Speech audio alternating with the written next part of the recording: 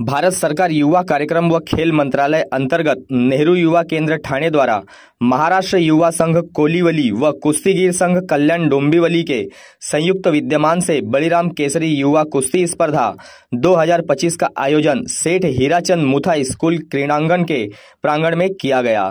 मुख्यतः यह स्पर्धा स्काई डाइवर अजित बलिराम कारबारी राज्य युवा पुरस्कार महाराष्ट्र शासन व राजेश भगत द्वारा आयोजित की गई थी, जहां पर सैकड़ों युवा युवतियों ने सहभाग लिया और कुश्ती का उत्कृष्ट प्रदर्शन किया। उत्कृष्ट प्रदर्शन करने वाले खिलाड़ियों को मेडल, भारत सरकार द्वारा प्रमाण पत्र और नगद इनाम देकर सम्मानित किया गया। इस अवसर पर मुख्य अतिथि विधायक कल्याण पश्चिम विश्वनाथ आत्माराम भोईर, पूर्व विधायक नरेंद्र पवार, उप नियंत्रक नागरिक संरक्षण दल थाने विजय जाधव, शिव छत्रपति क्रीड़ा पुरस्कार महाराष्ट्र शासन चैनू लोखंडे, नीलेश भगत, सचिव कुश्तीगीर संघ कल्याण डोंबिवली, जयवंत भोईर, पूर्व नगर सेवक कल्याण डोंबिवली, डॉक्टर किशोर कारभारी, कुश्तीपट्टू काथोड़ भोईर, श्याम कारभारी राष्ट्रीय खिलाड़ी व सदस्य कुश्तीगीर संघ, विनायक कोली राज्य युवा पुरस्कार महाराष्ट्र शासन, संजय कारभारी अध्यक्ष कल्याण शहर उद्योजक भाजपा, राजेश जाधव सचिव ठाणे जिल्हा साहसी क्रीडा असोसिएशन, अरविंद जयस्वार अध्यक्ष आधार सामाजिक संस्था, हरीश वायदंडे जिल्हा युवा पुरस्कार भारत सरकार, समाज सेवक नंदू शेलार, नितिन कारभारी, शनिवार कारभारी, शिवा कारभारी, तेजस लोखंडे, योगेश कारभारी, अक्षय महात्रे, रोहिदास काशीनाथ कारभारी, मंगेश कारभारी उपस्थित थे। तो वहीं पर इस स्पर्धा में महाराष्ट्र शासन गृह विभाग विशेष अंतर्गत नागरिक संरक्षण दल नई मुंबई समूह ठाणे का प्रथमोपचार पथक ने भी अथक प्रयास किया और सहकार्य भी किया। श्री बलिराम कारभारी यांच्या स्मरणार्थ बलिराम केसरी कुस्ती स्पर्धेचं आज आयोजन केलेलं आहे। थोडा उशीर झालेला आहे, पण ठीक आहे, वेळेवरती आपण कार्यक्रम चालू करतो आहोत। खुला गट आणि शालेय विद्यार्थी अशा दोन प्रकाराने ही कुस्ती खेळवली जाते। मला वाटतं मॅटवरती आपल्याकडे पहिल्यांदाच कुस्ती होते, बरोबर ना?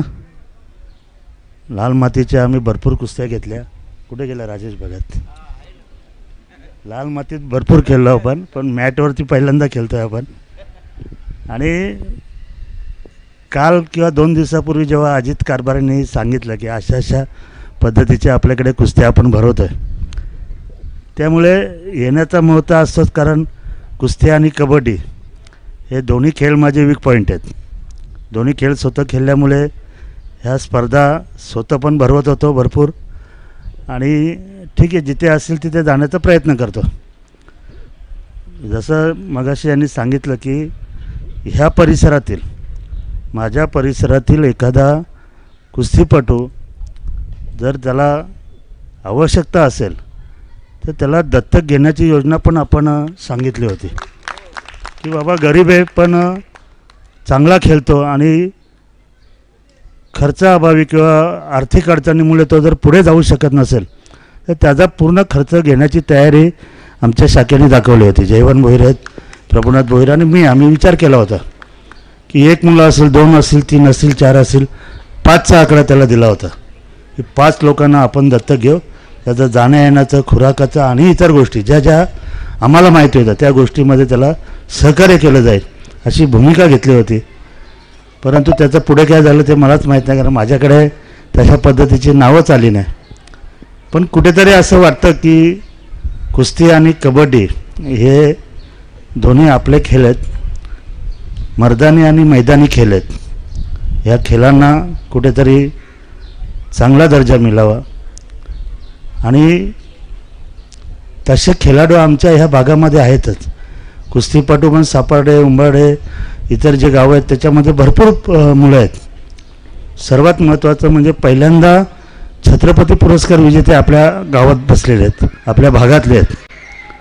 परंतु एक छत्रपती पुरस्कार मिळाल्यानंतर मला वाटतं बाकी पैलवानांनी सर्वांनी शांती घेतली। ठीक आहे, एक भेटल्याने आता बस झालं। उलट असं व्हायला पाहिजे होतं की चैनू लोखंडेंना छत्रपती पुरस्कार भेटलाय तर तो पुरस्कार मी सुद्धा मिळवून दाखवीन, ही जिद्द पाहिजे होती। परंतु ती जिद्द नंतरच्या काळात काय दिसली नाही। ठीक आहे, ह्या स्पर्धा अजितने भरवल्या वडिलांच्या स्मरणार्थ, आम्ही आता तिथे बसलो होतो, मी बऱ्याच लवकर आलो होतो. तर तेव्हा बळीराम कारभारी जे दादा आहेत त्यांचा विषय निघाला असं, आणि अचानक कुस्ती क्षेत्रामध्ये आलेले बळीराम कारभारी हे नंतर कोणालाही न जुमानणारा मल्ल जेव्हा यायचा आपल्या भागामध्ये, तेव्हा बळीराम दादांना तिथे निमंत्रित केलं जायचं. कारण ते जे मल्ल यायचे ते हमखास आपल्या मल्लांना चितपट करायचे, आणि मग त्याला तोड एकच होतं की आपले बळीराम कारभारी. तुम्हीच मला सांगितलं.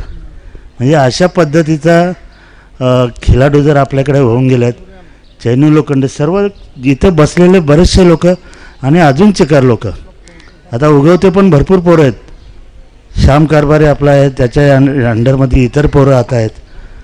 पण अशी कुठेतरी जिद्द ठेवा की चैनू लोखंडेंनी जर छत्रपती पुरस्कार आणला आहे तर मी त्याच्यापेक्षा वरचा जो पुरस्कार असेल, मला वाटतं दादोजी कोणते पुरस्कार आहे का, अर्जुन पुरस्कार आहे. आपण काय होतं माहिती आहे का, एखादी जिल्ह्याला किंवा प्रांताला हे मारली कुस्ती, किंवा जेव्हा महाराष्ट्र केसरी होतात सामने, त्याच्यामध्ये एखादा हे मारलं की आपण शांत बसतो आणि आपलं एवढंच कार्य आहे असं समजून आपण पुढे कुठल्याही प्रकारचा खेळ करत नाही. बरीचशी मुलं रिटायर झालेली आहेत. सापाड्याची 2-3 पोरं चांगले खेळ होते ते असं. जितेंद्र भगतची कुस्ती मी स्वतः बघितलेली आहे पुण्याला, पण त्याच्यानंतर ते थांबले गेले सर्व, आणि त्यामुळे हे सर्व गोष्टी कुठेतरी पुन्हा कुस्ती आणि कबड्डी क्षेत्रामध्ये आपण पुढे येऊया. आपल्या 5-6 गावांची नावं आहेत ना त्याच्यामध्ये, वर्ल्ड आहेत. आपली मुलं आतासुद्धा, आता मला बोलता बोलता कोण ते अनिकेत मडवी म्हणून कोण मुलगा आहे, त्यांनी ते ग्रीको रोमनमध्ये ना असं, धनंजय भंडारे आहे तो समजा आमच्या गावातला. हे जर पुढे जात आहे तर त्यांना प्रोत्साहन द्यायला पाहिजे. त्यांच्यासाठी आपल्याला काय करता येईल ते करायला पाहिजे. मी व्यासपीठ, उपस्थित सर्व पैलवान बंधू भगिनींनो, गेले बरेच वर्ष अजित कारभारी हे नागरी संरक्षण संघटनेमध्ये कार्यरत आहेत. तसे ते विभागीय क्षेत्ररक्षक या पदावर असून त्यांना मानसेवी निदेशक हे पद पण आम्ही बहाल केलेलं आहे. 2013 त्यांनी नागरी संरक्षण संघटनेसाठी महाराष्ट्रासाठी गोल्ड मेडल जिंकून आणलेलं आहे आणि त्यांनी महाराष्ट्राचं नाव रोशन केलं आहे. तसेच आत्ता शिवजयंतीच्या निमित्ताने रशियामध्ये त्यांनी 16,700 फूट उंचीवरून हेलिकॉप्टरमधून एक उडान मारलेली आहे, आणि ते पण 36 डिग्री मायनस सेंटीग्रेड पाण्यामध्ये. तेव्हा खरोखरीच जेव्हा आम्हाला गरज वाटते किंवा आवश्यकता असते त्यावेळेस अजित कारभारी हे युवा जनतेला, युवा लोकांना प्रोत्साहन देतात, आणि ते स्वतः पण युवा पुरस्कार विजेते आहेत. त्यामुळे खरंच नागरी संरक्षण संघटनेसाठी ते एक हिरा आहेत. परंतु जेव्हा सिव्हिल डिफेन्सचा हा कोर्स घेतो तर आपण प्रामुख्याने स्वसंरक्षण करतो आणि इतरांचं रक्षण करतो. आपली इच्छा असली तरी आपण तेव्हाच इतरांना मदत करू शकतो जेव्हा आपण सक्षम असेल. त्यासाठी सिव्हिल डिफेन्स संघटनेमध्ये आपण सर्वांनी सहभाग घ्यावा, भरती व्हावा आणि देशसेवा करावी अशी मी आपणास नम्र विनंती करतो. धन्यवाद. शासनासाठी, महाराष्ट्रासाठी गोल्ड मेडल जिंकून आणून एक अभिमान प्रस्थापित केलेला आहे. त्यामुळे मी या सगळ्या कुस्तीच्या संघटनेस किंवा कुस्तीच्या आखाड्यास शुभेच्छा देतो. पहिले माती, खरंच म्हणजे माती ही भारताची, म्हणजे मातीत खेळलेला जातो तर एक चांगला रंगत संगत आहे. परंतु जसजशी सुधारणा, ऑलिम्पिकमध्ये सुधारणा होते किंवा ऑलिम्पिकच्या कुस्ती पण मॅटवर होते, कुस्ती झाली चांगली गोष्ट आहे, अभिमानास्पद आहे. खरंच म्हणजे हे अजित कारभारी स्वतः एक युवा पुरस्कार प्राप्त आहे आणि ते एक नवचैतन्य निर्माण करतात युवांमध्ये, आणि ही सुरुवात आहे. तर मी त्यांना खूप शुभेच्छा. मेडल दुर्वेश फुलरे, गोल्ड मेडल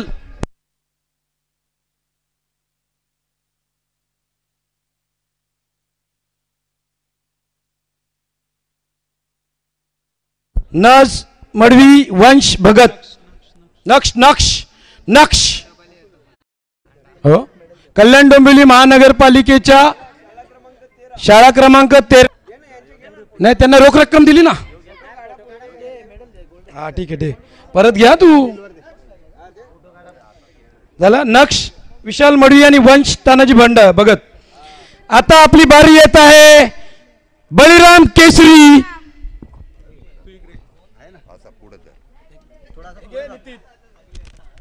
सन्मान चिन्ह भारत सरकारचं सन्मान चिन्ह त्याचबरोबर प्रमाणपत्र व रोख रक्कम देऊन गौरवण्यात येत आहे। विजय गजानन म्हात्रे करीत आहोत भारत सरकार युवा कार्यक्रम खेळ मंत्रालयाचा सन्मान पत्र त्याचबरोबर 10,000 रुपये रोख रक्कम त्याचबरोबर गदा त्याचबरोबर मी आणि तुम्ही सगळ्यांनी हात मिळवून आपण या गद्याची शान ठेवूया आणि ही गदा ही जी आहे बळीराम केसरी ही पहिल्यांदाच आपण यशस्वीरित्या संपन्न केलेली आहे।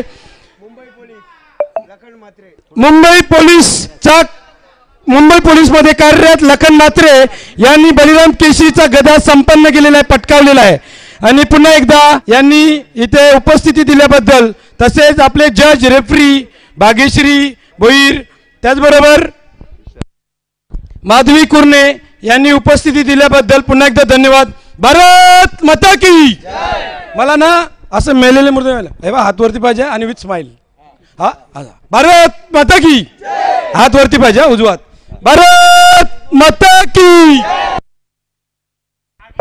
हात वरती पाहिजे सगळ्यांचा आणि विथ स्माइल हात वरती पाहिजे भारत